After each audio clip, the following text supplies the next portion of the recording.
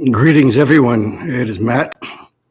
I have gone the maximum amount of time I can go without making video. The good computer is still on vacation. Should be back next week. I wanted to share the letter from not getting monetized, which I am, in the long run, I'm glad of, because I would have started doing sports or talking about fashion or something. No, I wouldn't do that, but I would try to figure out, it's ways to come up with videos that were that more people would want to see. Hi, Matt Z. Thank you for applying to the YouTube Partner Program. To evaluate your application, our team carefully reviewed your channel, Matt Z. Unfortunately, we found that your application does not meet our YouTube Partner Program policies, so we cannot approve your channel for monetization at this time. We have policies in place that we believe support a healthy environment for advertisers, creators, and users, which means sometimes making difficult decisions like this one. Well, I don't think it was really difficult for them. It's doesn't really cost them anything.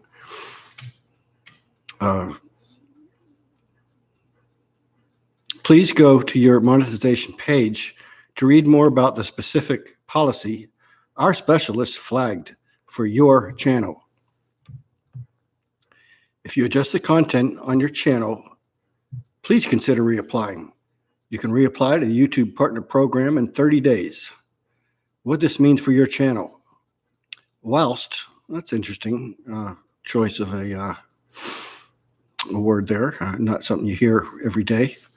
Whilst you cannot monetize as a result of this, you still have access to most other creator features and can upload videos, edit or delete your videos, communicate with your audience. There's no change to how your videos are promoted in our search and recommendation systems.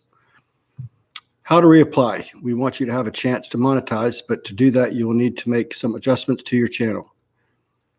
No, this was the part that I found to be so contradictory. I'll tell you in a second. If you want to reapply, you should start by going to the monetization page to read more about the policy your channel violated. Then review your videos against our YouTube Partner Program policies and our community guidelines. The next step is to edit or delete any videos that violate our policies.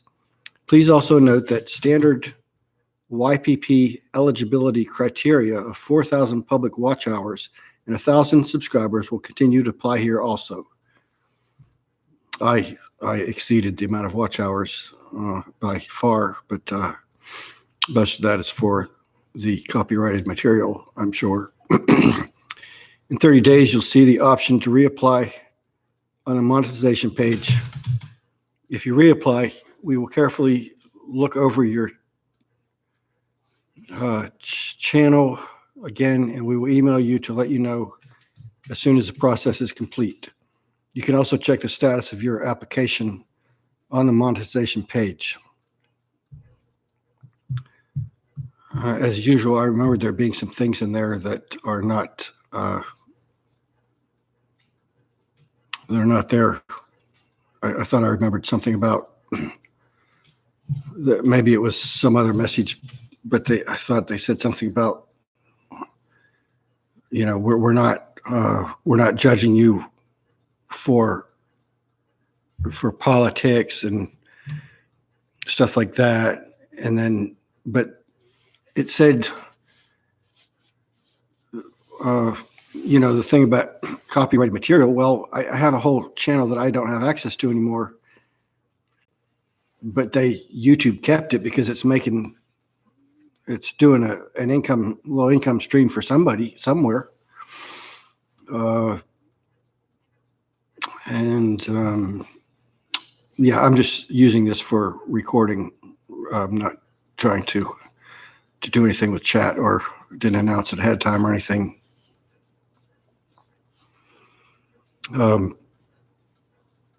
been thinking a little bit about this simulation business that a lot of people are convinced that we are in, and I guess I'm still trying to decide. But there's awful lot of things that you can prove,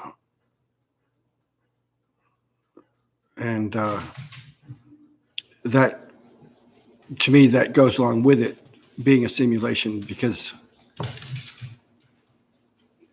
some people say you can prove that the Earth is round.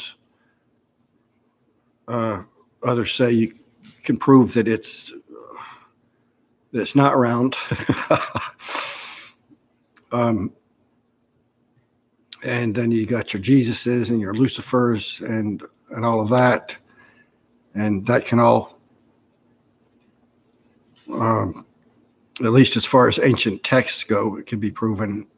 I mean, well, not really, not Jesus, but there's a lot to go with Lucifer and the God thing. I really enjoy Pockets of the Future YouTube channel because of the kind of breadth and depth he's able to give to the pop culture stuff.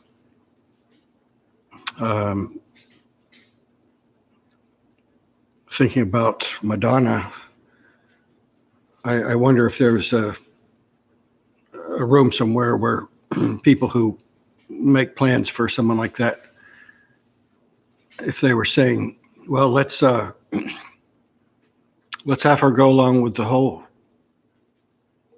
Eyes Wide Shut theme in one of her videos, and then let's have her, look like a complete idiot with the eye patch and the things that she says and the things that she thinks that she is, and the ridiculous things that she says that she is, like speaking truth to power.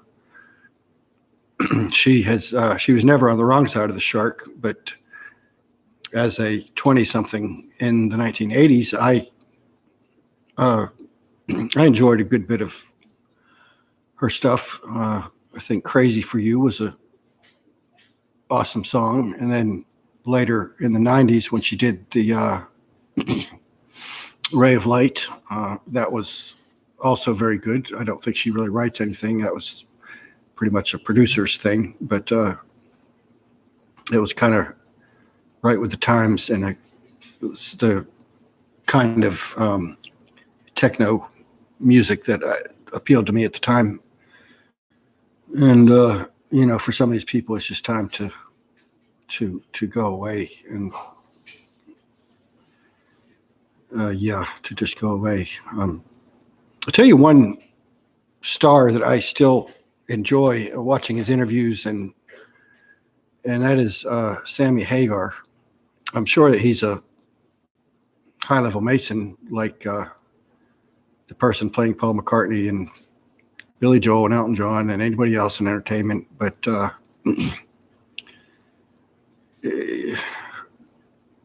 he's so positive and happy, and I'm pretty sure he probably gets the blood transfusions to look the way he does to be 71. That goes with a lot of those people that I'm sure they're having the blood transfusions. Seinfeld is another one,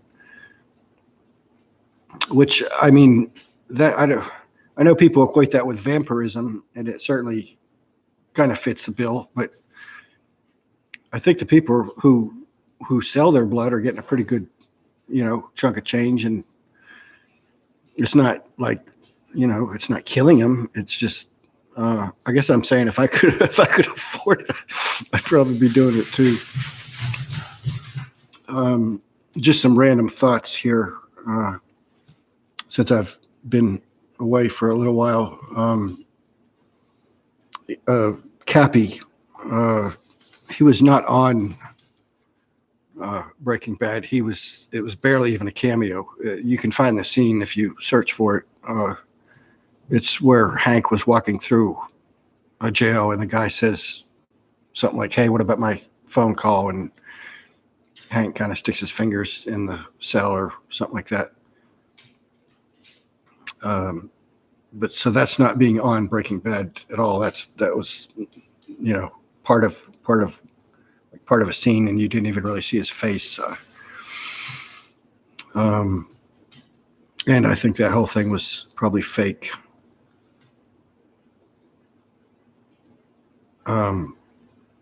Which kind of goes back to the simulation thing. It's, some of these things, it's not that they didn't happen, but it's that they were totally scripted, and that is to influence people's perceptions and opinions and everything. I think this. I was just thinking about the Robin Williams film. I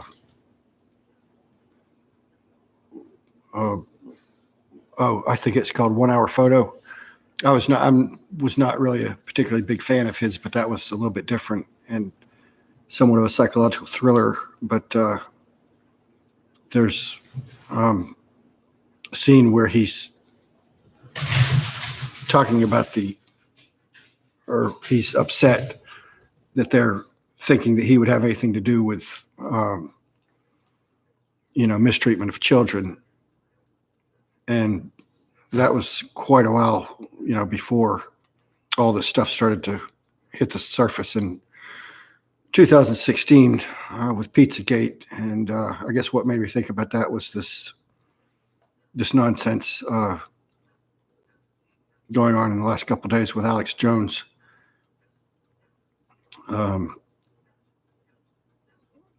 That character, Alex Jones, has certainly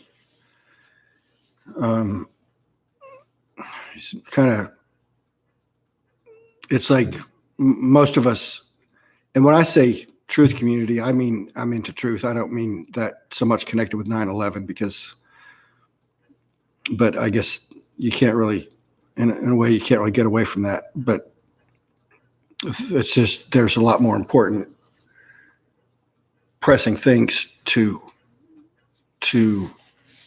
truth than these sorts of things.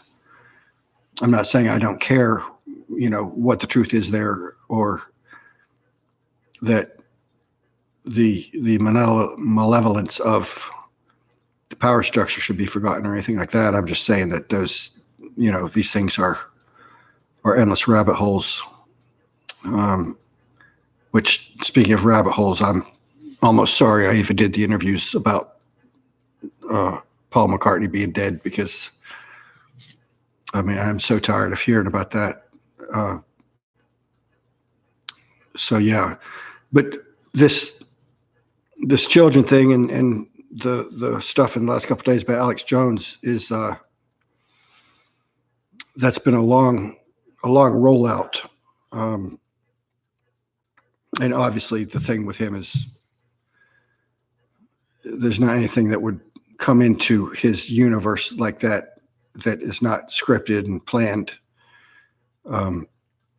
But the bad thing about all of that is that it's put that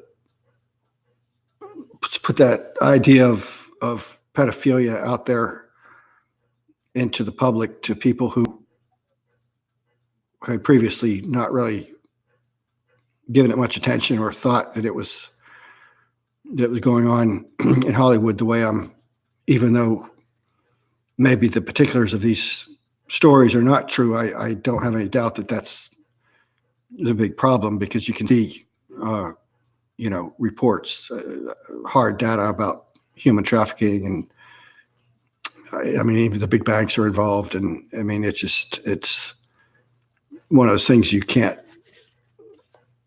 an honest person looking for the truth, you can't, deny or say that these things are not going on. And I think that's the royal family and other people in the power structure. I think that's their way of bringing bringing the public down to their level. Like the Babylon thing, everything I see about entertainment, from children's cartoons to movies, to TV, to the pop stars. There's almost, I don't think, it's like there's not anything left that's not kind of selling the dark side and this satanic bullshit that everybody in Hollywood seems to be into. And I know the devil was more or less created about 1,000 years ago for the church to have a kind of an enemy type thing. But I mean, the Bible has plenty to say about Satan. And I know some people say that, well, it's not that they say that. Satan does mean adversary. So, I mean, everything that's satanic is not, I guess, necessarily doesn't have to do with an entity. And then there's the thing where Lucifer is equated with Satan, and then some people say no, that's not really the case. There's people who have done deep study that shows that Lucifer was actually a good one, and connected to the one who I think connected to got God to save humanity. That God was just going to do away with it, and so is that part of the simulation too? The entities and the creator, or is that something that's filtered through if we're in a simulation that's in other multiple simulations?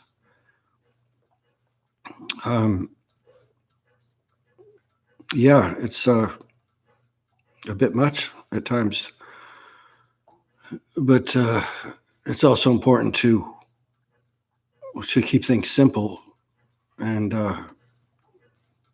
to just kind of go within yourself and find that sense of peace and wholeness, and not be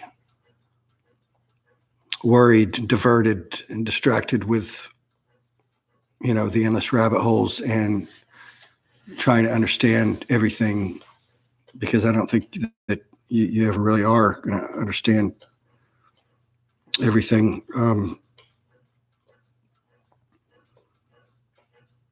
I don't know if you've heard about the reset.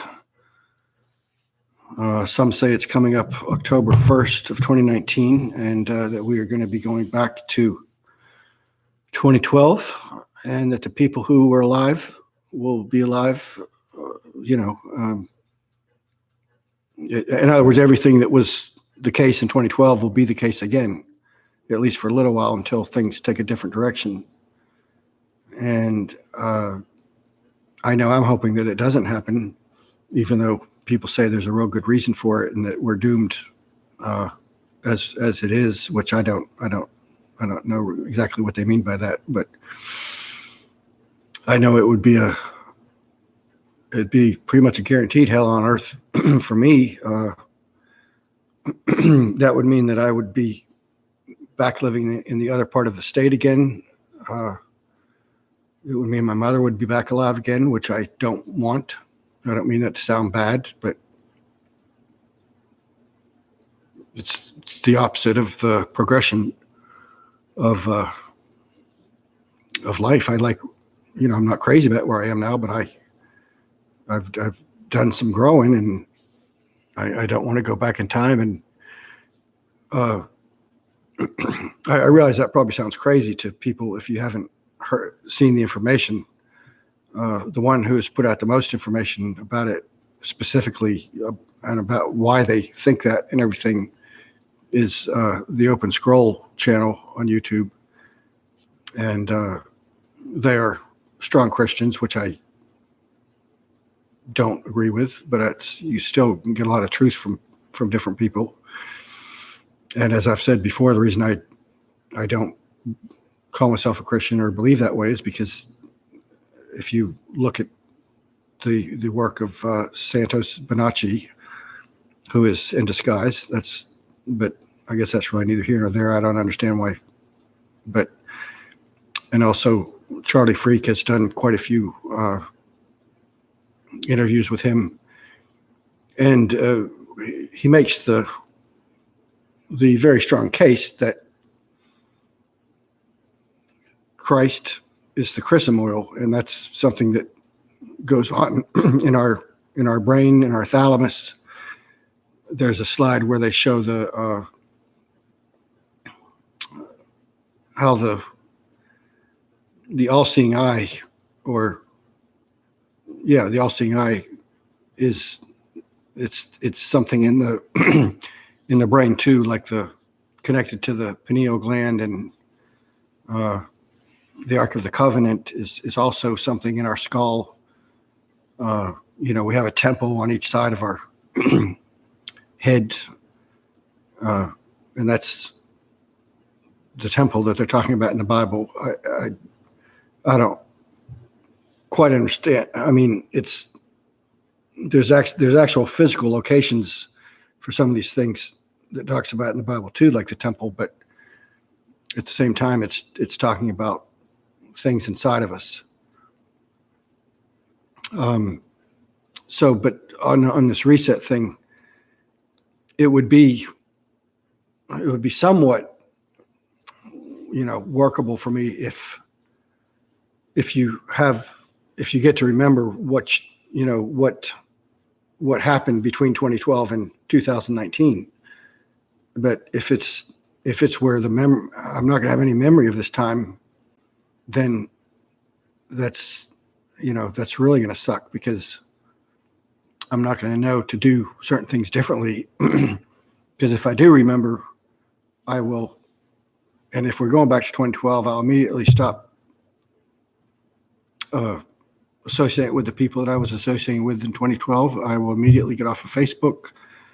And the other bad part is that if I'm going back to 2012, I didn't have my cat or dog in 2012. I didn't get the cat till 2013, or the dog till 2014. And I'm sure most people can relate to that, even though a lot of people have people that they would be fretting about. Would they know, would they not know, or would that person be there or not be there? That part of it I don't have to worry about too much as far as a relationship or anything.